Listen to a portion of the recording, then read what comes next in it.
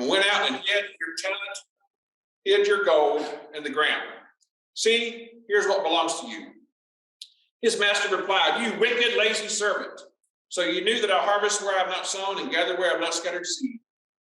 Well, then you should have put my money on deposit with the bankers, so that when I returned, I would have received it back with interest.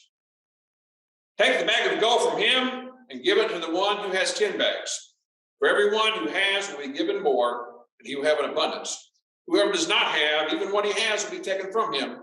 And throw that worthless servant outside into darkness, where there will be weeping and gnashing of teeth. Jesus told parables. He told stories that related to everyday life. And these were stories that we could understand and we could apply to our life. And so Jesus tells the story about the master giving money, giving the bag of gold. And I like this is like a newer NIV translation where it translates this bag of gold. I think the word talent kind of throws us off, because we think of talent as, my ability, my good looks, how strong I am, how smart I am, things like that. We think of that, and we probably take pride in that. I'm smarter than so-and-so. I'm as good looking as so-and-so. Or maybe we're insecure about that. And, I want to, throw all that out of our mind, really.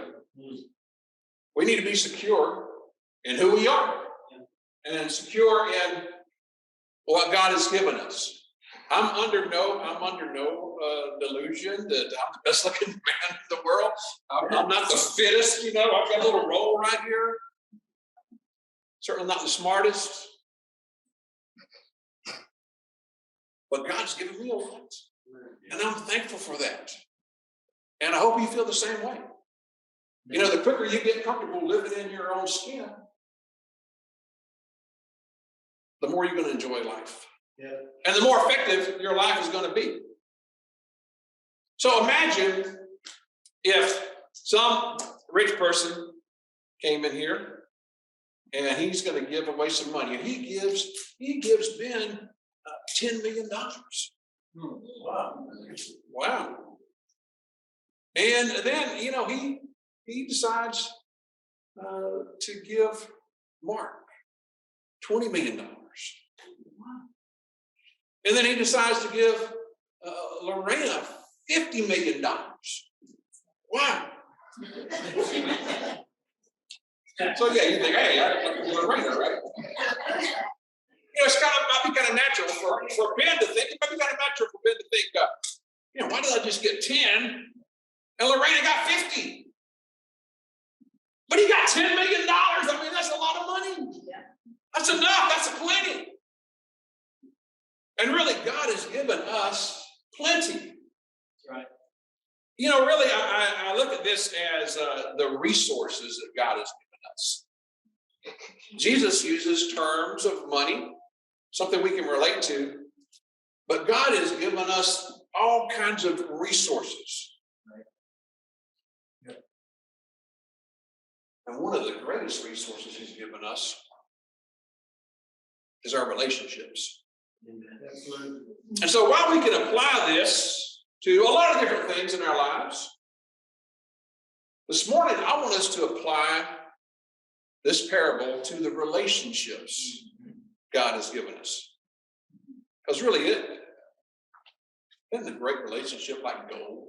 I mean, isn't that like gold? It's just, you can't really put a price on that, even one relationship. And yet God has given us many relationships. And I want to ask us, are we making the most of the relationships God has given us? Think back to last year. Did you make the most of the relationships God has given you? Did you deepen some relationships? Did you make some new relationships? What are you going to do this year to build the relationships that God has given you? Make some new relationships. What we're going to do, and it's really kind of cool. It always works out this way, it seems to be. James and Chris focused us on Jesus. We're going to look at Jesus's relationships. Of course, Mark talked about one another relationships in the welcome. So, if Jerome pull up the next slide. So, and this might be familiar to some of you, but if you look at Jesus' relationships, and I don't have one on there, the number one relationship in Jesus' life was God, right? I mean, we know that. That was the most important relationship to him. We're not really going to spend, time talking about that. That should be the most important relationship for us. So that's kind of a given. But his earthly relationships, you could kind of group them in these categories. There was three people that he seemed to have a closer relationship with than anyone else. And then, of course, he chose 12 to follow him and basically live with him. There was a time when he sent out 72 others. And then there's a group of 500 there. And then there's outside of that. Go to the next screen, Jerome. We'll just look at a few verses. So James, Peter, and John, those were the three closest to him. There was at least three incidents in the New Testament where Jesus only had James and Peter and John with him. One of the times was when he healed Jairus' daughter. No, I'm sorry, he raised her from the dead. That would have been an incredible thing to be a part of. And then the other time, another time was when he went and prayed in Gethsemane. And then the time the scripture there mentions is the transfiguration. So they go up on the mountain and they see Jesus transfigured and become white. I mean, wow, what an incredible experience that he included these three guys to be with. And you can just imagine the conversations they had as they were going up on the mountain and the conversations they had as they were coming back down off the mountain. The 12, Jesus spent the night praying, and he chose 12 to be apostles. These were people that he chose to live with him, basically, and travel with him, and really to train to be able to impact the world and get his message out to the entire world. And there were actually other people, he healed someone and they said, hey, let me follow you, Jesus. He's like, no, go back and, share with your family. He didn't let just everybody. He chose these 12 people. So he had a plan there in mind with the 12. And Jesus understood, Jesus had the same constrictions that we do as humans. He had, 168 hours a week is all he had. He had a limited amount of time like we do. Everybody couldn't be in, that smaller group. The next group is 72. So in Luke 10, he chooses 72 other people and sends them out. So these were people that he knew, had a relationship with, he trusted to send out and to share the gospel with other people. In 1 Corinthians 15 and verse 6, it says that after Jesus was raised from the dead, he appeared to over 500 people. Wouldn't it be kind of cool to be one of those people? Man, I talked to Jesus after he was raised from the dead. And then you've got kind of even beyond that, people that Jesus just kind of randomly ran into. You think of the woman at the well, the Samaritan woman at the well. It's just a great story of Jesus bumping into somebody randomly and changing her life. And also impacting her, and she impacted other people. Now, a couple of things. I mean, obviously Jesus, we're not Jesus. And Jesus' purpose and plan was to get the message out to the entire world. He had a plan. He was training these people. So it is a little bit different. So we have to consider that. The people that he spent a lot of time with, they had a tremendous impact. Peter, James, and John. And then, of course, the apostles. And then I'm sure the 72 had an impact, and on and on. Even the woman at the well had a big impact. But I think that these numbers we could kind of look at these numbers as somewhat arbitrary. I mean, 3 doesn't necessarily have to be 3, but we understand as we look at applying this to our lives. And if you want to go to the next screen there, Jerome. So, think about this in our lives and one another relationships. The 3. Maybe it's 2, maybe it's 4, maybe it's 5. I don't know. There's even in Jesus' life, there's one time that Peter, James, and John and Andrew, Peter's brother, came along also. The 12, he had those people following with him, but it also says that there were women that traveled with him too, that met their needs and took care of their needs. So it wasn't like an exclusive thing with Jesus, but it was just how Jesus decided to spend his time. And obviously it worked for Jesus, and be a great thing for us to look at with our lives as well. So you think about, 3 people. You think about maybe people that you have a close relationship with. Man, they know you. They know the good, the bad, and the ugly. And they know everything about you. It's great to have people like that in your life. It's great to have people in your life that know that you're a wreck, but they still love you. They know that you're messed up and you got problems, but they still love you. To build these type of relationships, it takes time, and it takes being open and vulnerable. It takes spending extensive time with people. I really love being able to spend longer. You spend some time with someone where you don't have just like an hour. Oh, I've got to be. You just spend time with them. I think of last year. It was great getting to spend some time with Hoyt and I went to. We drove to Parker's grandmother's funeral together.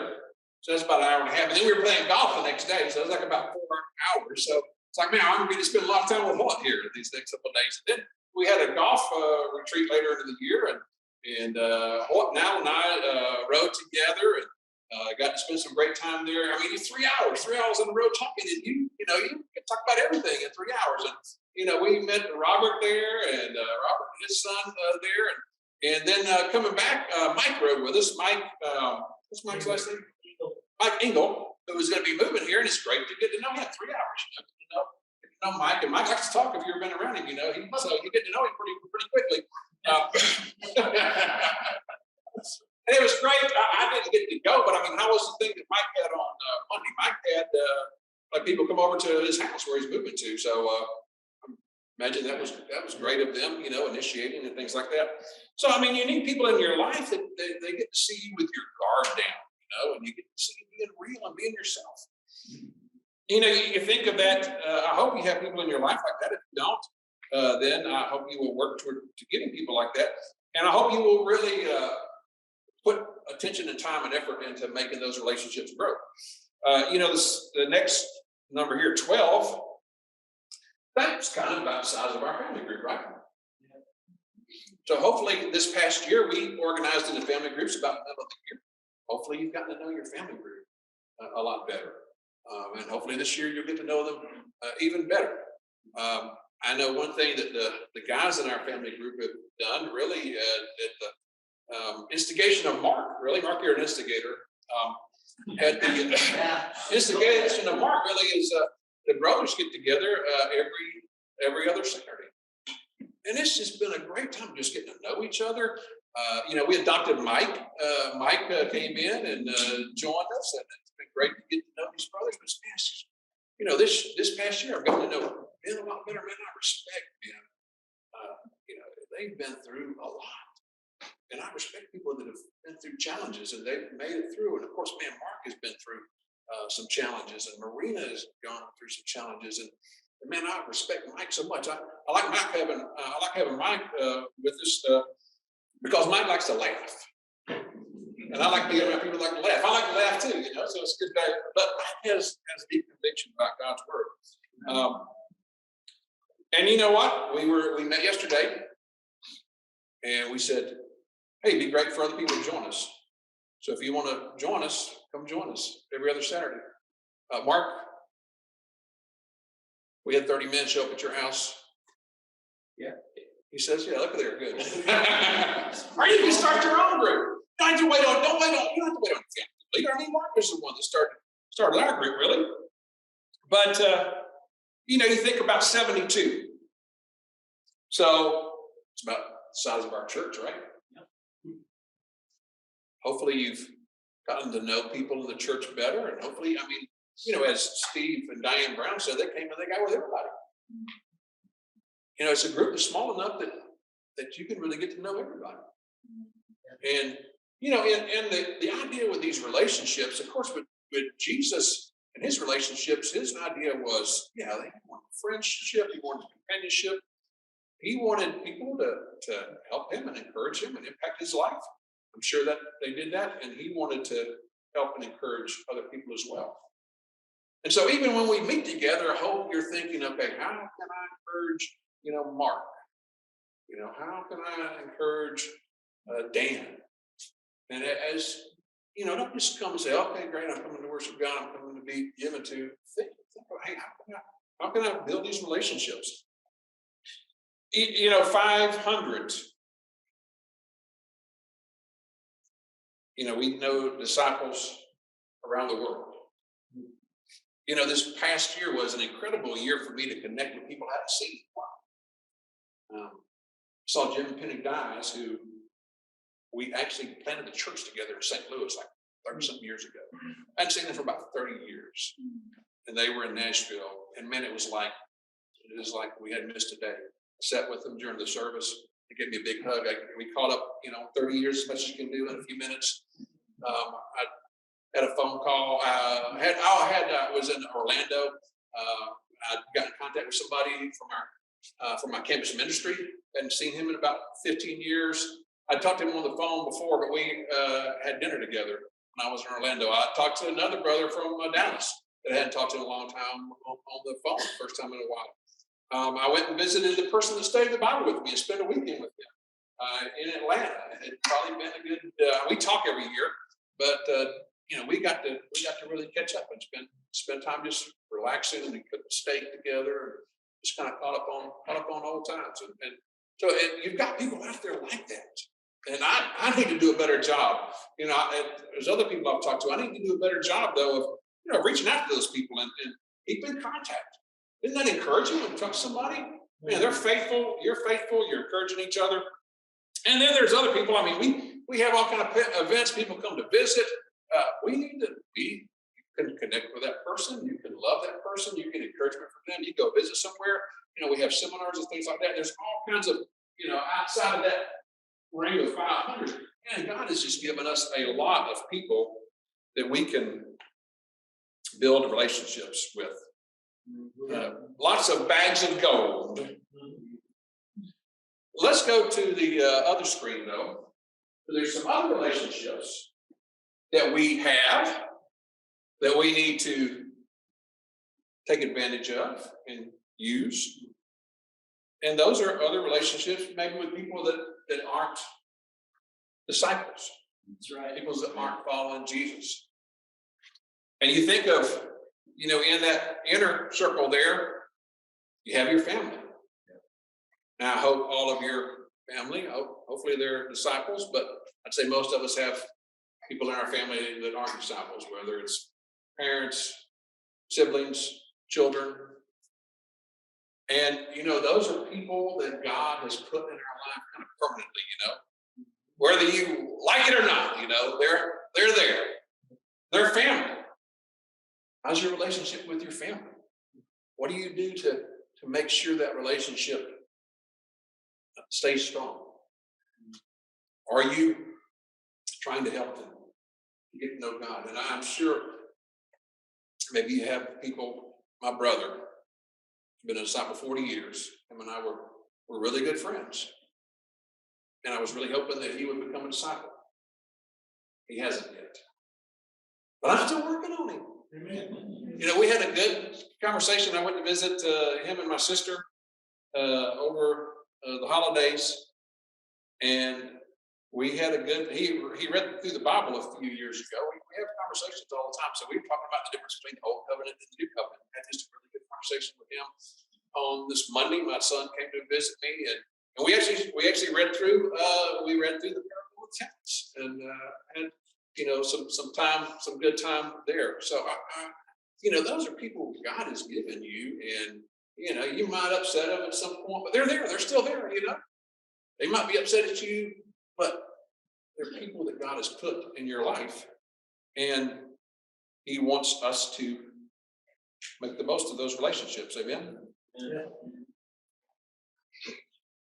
You think of the 12. And then once again, I mean, I think this is just not a set number, okay?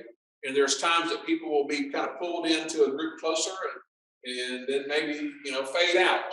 So this is just kind of looking at what Jesus did in his life. So hopefully this will just help us in, hopefully, here's the thing, the goal is at all these levels, we want to be effective in our relationships, right?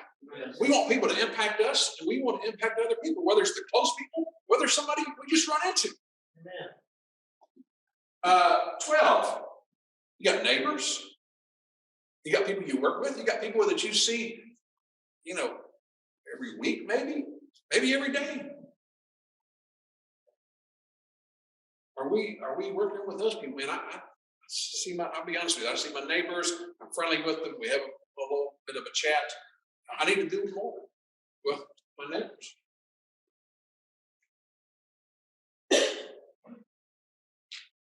So then we expand out to 72, and then maybe that's people that we come in contact with at work, maybe not as regularly. Maybe we go to the gym and we see someone every now and then. Maybe we go to the same, grocery store or go shopping or whatever, and we see the same, person here or there. Those could be opportunities for us to share about Jesus. 500, I think about, if you think about how many of you have, of course, some of these folks are disciples, some of them are not, but it's just kind of a how many people we know over the course of a lifetime. I mean, you get to know a lot of people, right? How many of you have over 100 Facebook friends? Maybe some of you have 500. Maybe some of you have 1,000, or maybe on LinkedIn. You've got 500 connections or something like that. And these are people that at some point in time you knew, you spent some time with. Those are people that we can reach back out to. Those are people that we might run into every now and then. You run into one of those people you hadn't seen in a while. Hey, yeah, good to see you. And we were having breakfast. Ran into a guy that I used to work with. So you run into people. You run into people like that, and those are people that God is putting in your life and putting back in your life. And then I think outside of that, just people that we run into random. I mentioned Jesus and the woman at the well. If you go back and read that, man, that was just the most casual interaction, at least to start with anyway. It got pretty intense after the conversation got going. But Jesus is just sitting there at the well. He's thirsty. This woman comes up, drawing water. Hey, could you give me a drink of water? That's how it started. It started simple. I mean, Jesus could have been, he was tired. He could have just been, I'm just going to sit here. I'm not really going to say anything to this woman. Kind of like, when you get on an elevator, you and the other person, that's kind of odd. Oh, okay, just me and this person in this little box right here. Am I going to say anything to him or not? But Jesus just said something real casual. And really, that's how it can start. These relationships can have a big impact. These opportunities can be really big. I've shared this story with some of you before, but there was a group of us. We were in Boston for a seminar up there, and we were on the T, and we were going to go, hey, let's go to Chinatown and get some real Chinese food. So we're on the T going to Chinatown, and there was a guy that sat like a couple of seats over from me. There was a seat between us, and he was Asian, and so I'm like, hey, where's a good restaurant to eat in Chinatown? We didn't know where to go eat. And we could even barely communicate. I couldn't even, understand what restaurant. So we get off on the same place, and he's like, hey, follow me. I'll show you where to go. So we're like, okay, great. So he goes and shows us the restaurant, and we're like, hey, why don't you come eat with us? Come eat with us. Well, the guy came and ate with us. And so then we're like, hey, you know the restaurant. Why don't you order for us? So we let him order for us. So it was really cool. We paid for his meal. And then we're like, we're going to this seminar. Why don't you come with us? The guy came with us to the seminar, and we connected him. I think he went to Boston University. We connected him with one of their students there. He studied the Bible and became a disciple. Just with a chance encounter of, hey, why don't you help us pick a restaurant out? I don't think we realize, I don't realize it the way that I need to. People need what we have. People are hurting. And I think they're more receptive than we give them credit for. My daughters and I, we had lunch, it's probably been about 2 months ago, and we go to this restaurant, and my daughter works for Calhoun's, and they've got several other restaurants, and so she gets a discount, which is good. It's good to go to that restaurant. It's a big discount, especially since I was paying. So, and this girl that's waiting on us, they start talking, and she's like, "Oh, maybe I could come work down there, or whatever." This girl, and she's about my daughter's age, and if you guys know my daughters, they're tall, they're beautiful girls, they're a lot of fun. And this girl was like, "Can I be your friends? I need some friends." And so come to find out, she just moved from Florida, and she had moved before that from Indiana. She was from Indiana originally or whatever. I mean, this is girls just asking somebody to be her friend. She needed friends. There are people out there like that. We should be aware of what happened this past week. A football player almost died. An NFL player almost died. Damar Hamlin. His heart stops. They revive him. Have you seen how many people prayed for this guy? A guy, this is amazing, a guy on air on ESPN prayed for him on TV. That's amazing. And then, man, everybody's talking about praying and praying for this guy. And thankfully, he's recovered. Looks like he's going to be okay. He's got some recovery to go through. Boy, that tells me that people have a heart for God. They understand that there's a higher power. They understand that they're not totally in control of their lives. They understand they need help. They're misdirected in a lot of ways. And that's where we can come in and help direct them to the Scriptures, direct them to Jesus.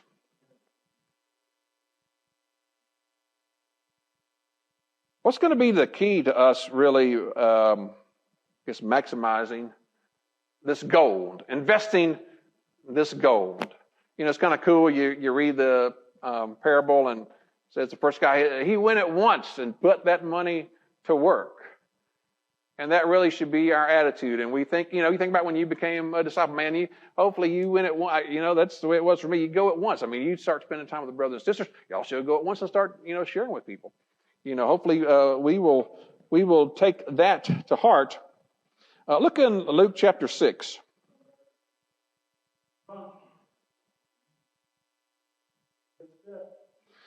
So this is really, I think, the key to growing in our relationships this year and using the relationships God has given us. Luke 6 and verse 38. And of course, sometimes in our relationships, we can have issues that we can have conflict and, that we maybe need to get help working out and things like that. But overall, I think this is what we need to do to grow in our relationships and to have effective relationships. Give, and it will be given to you. A good measure, pressed down, shaken together, and running over will be poured into your lap. For with the measure you use, it will be measured to you. You could apply this verse once again in a lot of ways, but I can't think of any better way than in relationships. Because isn't it true when you give to somebody, you get back, even if it's just a joy of knowing that you helped somebody, knowing that you tried to encourage someone. And a lot of times you'll get back and they'll return the favor. And hopefully we're not, although sometimes we are. Maybe we do something for somebody in hopes that they will return the favor. But really just in giving to someone, that's going to give to us. But then it's also going to help us to build our relationships and maximize the relationships we have with people. Return on investment. There you go. So look at there. Wouldn't it be nice? You got that one thing of gold, and now it multiplies to 3. And that's really what can happen with our relationships. And even in the passage there with the man that doesn't use what God has given him, he takes it away. For everyone who has will be given more, and they'll have an abundance. The other part of that is he who doesn't have, even what he has will be taken away from him. Isn't that kind of the way it is with a lot of things? You know, if we don't use it, we'll lose it. You know, imagine if you were laid up and you didn't walk for 6 months. It'd be kind of hard to walk. My son broke his leg when he was about 2, and he had a cast on for about, 6 or 8 weeks. And probably about 2 weeks before he had the cast taken off, he actually learned to walk with the cast. And then when he had the cast taken off, he had to learn to walk again. And, you know, that's the way it is. When we have something, we have an incredible resource, and we don't use it, then it lessens, and we can lose it. And certainly that applies to relationships as well. You know, if you have people in your life that are willing to devote the time to study the Bible with you and help you learn how to follow Jesus, you need to make the most of that investment. You need to make the most of that relationship. And we all need to use what God has given us. I hope we understand, man, God has given us a lot. He has given us a lot. He has given us relationships we have now. He's given us future relationships. And if we use what God has given us, He will give us more. Amen?